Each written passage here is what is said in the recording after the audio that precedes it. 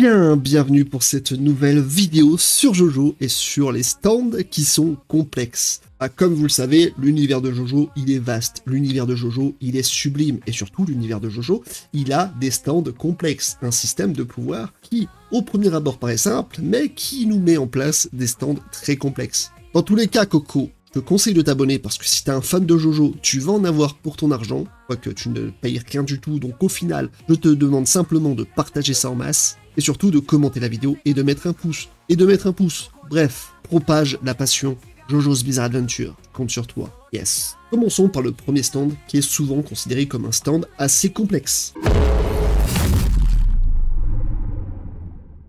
King Crimson, le stand de Diavolo dans Golden Wind, est sans doute l'un des plus complexes de la série. Et pour cause, sa capacité joue littéralement avec la perception du temps, au point de faire bugger la majorité des fans. Pour dire simplement, King Crimson peut effacer une partie du temps, mais aussi en voir une fraction en avance. En pratique, cela signifie que Diavolo peut observer quelques secondes du futur, grâce à la sous-capacité de son stand, Epitaph, et ensuite choisir de supprimer cette période pour en sortir totalement indemne. Prenons un exemple. Imagine que tu tentes de frapper Diavolo. Ce dernier voit cette attaque arriver grâce à Epitaph, puis King Crimson active son pouvoir d'effacement du temps. Le coup se produit, mais dans la période effacée. C'est comme si personne ne l'avait jamais frappé, et Diavolo en sort sans une égratignure, comme s'il n'avait jamais été là. Les autres personnages sont encore conscients des actions qu'ils ont entreprises, ils savent qu'ils ont essayé de frapper Diavolo, mais pour eux, le résultat est inexplicable. Il est sorti de la réalité pendant quelques secondes. Ce pouvoir est extrêmement perturbant pour les adversaires de Diavolo, car il n'annule pas les actions, mais les conséquences. L'attaque a bien lieu, mais sans l'impact désiré.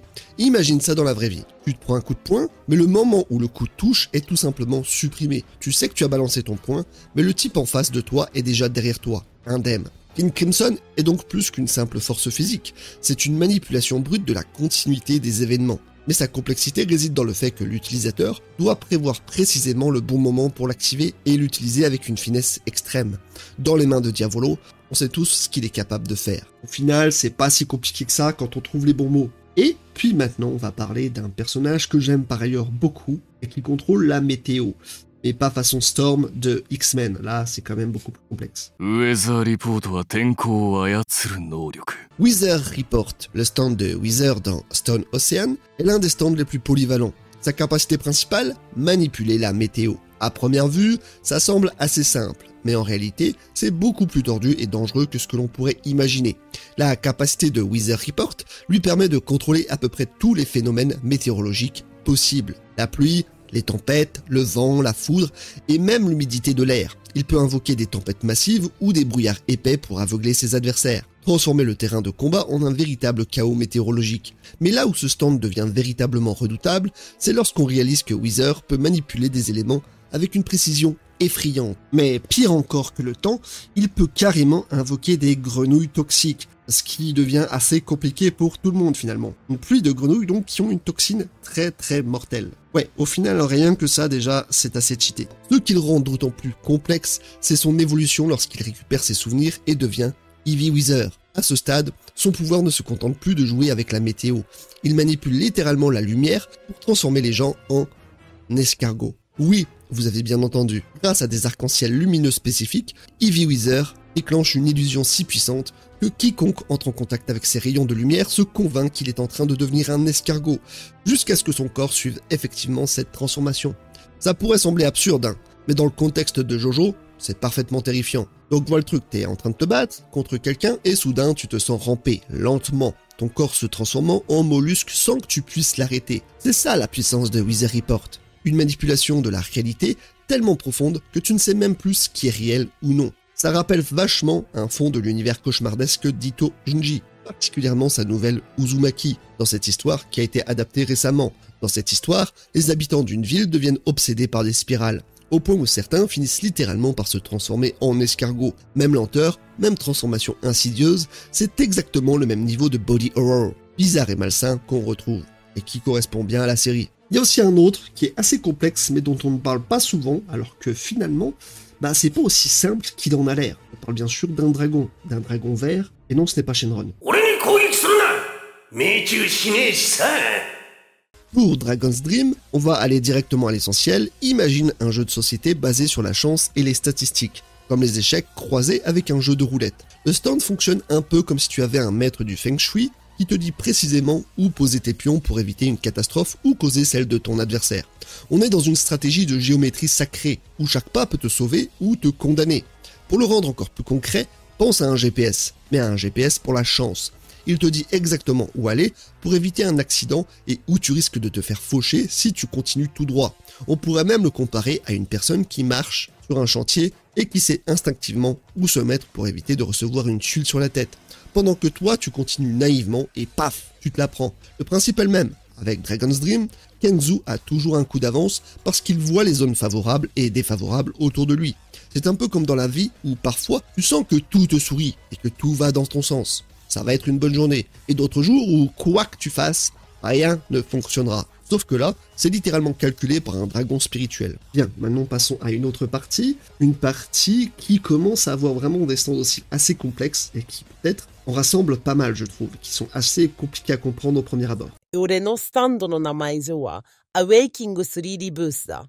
Awaking Three Leaves. Le stand de Mitsuba Higashikata, dans Jojo Lion, se base sur la manipulation vectorielle. Dit comme ça peut sembler complexe, mais je vais te donner des exemples concrets pour que ça soit plus simple. Le pouvoir de Awaking Three Leaves permet à Mitsuba de manipuler les vecteurs, c'est-à-dire la direction et l'énergie du mouvement d'objets ou de personnes. Elle place des flèches invisibles sur les surfaces, les corps ou même à l'intérieur de son propre corps, et ces flèches dirigent les forces dans la direction qu'elles indiquent. Par exemple, si elle place une flèche pointant vers la droite sur un objet, toute énergie ou force appliquée à cet objet sera redirigée vers la droite. Un exemple plutôt simple pour illustrer ça, imagine un ascenseur. Si Mitsuba place 3 flèches successives qui pointent vers le haut à l'intérieur de cet ascenseur, elle peut tripler l'accélération de celui-ci, le faisant monter beaucoup plus vite que normalement. En empilant ces flèches sur un axe, elle multiplie la force, comme si elle augmentait la puissance d'un moteur en y ajoutant des chevaux finalement. Ainsi, le pouvoir de Awaking Three Leaves ne se limite pas au contrôle de la direction d'objets, elle peut aussi expulser des corps étrangers. Par exemple, si quelqu'un a une épine dans le pied, au hasard Cédric Doumbé par exemple, Mitsuba pourrait placer une flèche sur ce pied et l'épine serait immédiatement éjectée dans la direction indiquée par la flèche. C'est comme si elle contrôlait une sorte de pulsion qui expulse tout ce qui ne devrait pas être là. Donc on va peut-être la mettre sur un ring de MMA celle-là. Bien, maintenant on va parler de la meilleure partie de Jojo. Steel Ball Run bien sûr, avec un stand qui est quand même assez complexe à comprendre, surtout 4ème forme.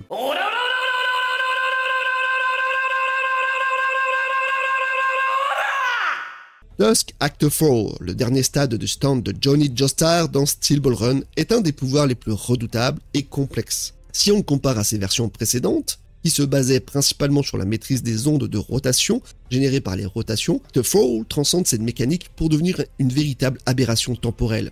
Imagine une balle de revolver qui non seulement te blesse physiquement, mais qui est imprégnée d'une rotation infinie, défiant les lois de l'espace et du temps. Pour être très clair, Dusk Act 4 est le fruit de la rotation parfaite, un concept qui combine la géométrie sacrée et les principes physiques de la rotation. Quand Johnny tire une balle sous l'effet de la rotation parfaite, celle-ci acquiert une rotation si intense qu'elle ignore toutes les barrières, qu'elles soient physiques, dimensionnelles ou même temporelles. Ce n'est pas seulement un projectile classique, c'est une arme qui continue de tourner pour l'éternité, rendant impossible toute guérison ou fuite. C'est ce qui le rend capable de surpasser le pouvoir de D4C, Love Train, de Funny Valentine, un stand qui jusqu'alors était considéré comme invincible. En fait, on peut imaginer ça comme une scie circulaire en mouvement perpétuel. Si tu essayes de la stopper ou de la contourner, elle continue de tourner indéfiniment et découpe tout ce qui entre en contact avec elle, sans jamais perdre de vitesse. C'est exactement ce que fait la rotation de Dusk Act 4. Elle dépasse les lois de la réalité. Ce qui signifie que même un utilisateur de stand capable de se déplacer entre les dimensions, comme Valentine,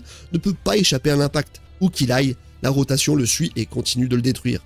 Puis bien sûr, si je parle de ce stand, il me faut parler du suivant, qui est donc assez lié finalement. Je parle bien sûr de Dirty Deeds Done Dirt Cheap. D4C Dirty Deeds Done Dirt Cheap, le stand de Funny Valentine dans Steel Ball Run donc, est probablement l'un des plus déroutants, mais aussi fascinants de la série. Pour être clair, D4C manipule les dimensions parallèles, ce qui signifie que Valentine peut voyager entre différentes versions de la réalité. En fait, ce que tu vas prendre crée une nouvelle ligne temporelle. avec une version de toi qui fait un autre choix. Peut-être que le toi actuel, par exemple, est sur TikTok, ou peut-être qu'il est en train de travailler avec Manuel Ferrara, je ne sais pas. Bref, il y a plusieurs possibilités. Eh bien, D4C permet à Valentine de sauter d'une réalité à une autre, en ramenant des objets ou des personnes d'autres dimensions dans la sienne. L'une des capacités principales de D4C est qu'il peut échanger les Valentines d'une dimension avec ceux d'une autre. Par exemple, si Valentine est sur le point de mourir, il peut faire venir un lui d'une dimension parallèle pour prendre sa place, continuant ainsi son plan sans interruption. C'est un peu comme dans un jeu vidéo, où tu auras une infinité de vies, sauf que chaque vie est une version alternative de toi-même. Cependant, le stand a une règle essentielle. Si deux versions d'une même personne venant de dimensions différentes se touchent, elles se désintègrent. Cela crée une tension unique, car Valentine doit être extrêmement prudent avec ses doubles pour éviter une collision catastrophique. Avec Love Train, Valentine devient littéralement intouchable, ce pouvoir crée une barrière lumineuse autour de lui, où toute mauvaise fortune, tout événement négatif est instantanément éjecté dans une autre dimension, loin de Valentine. Imagine un bouclier qui redirige tous les problèmes que tu pourrais avoir vers une autre personne quelque part dans le monde. Un coup de poing qui devrait l'atteindre, paf, il est dévié ailleurs.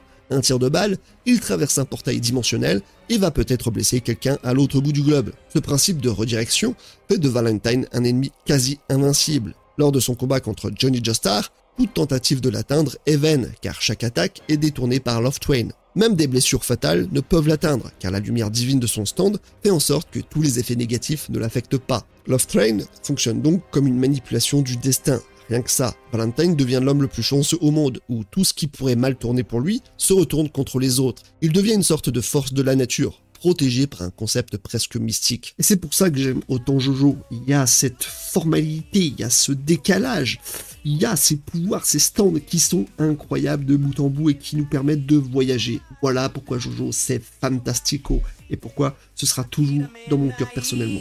Jojo no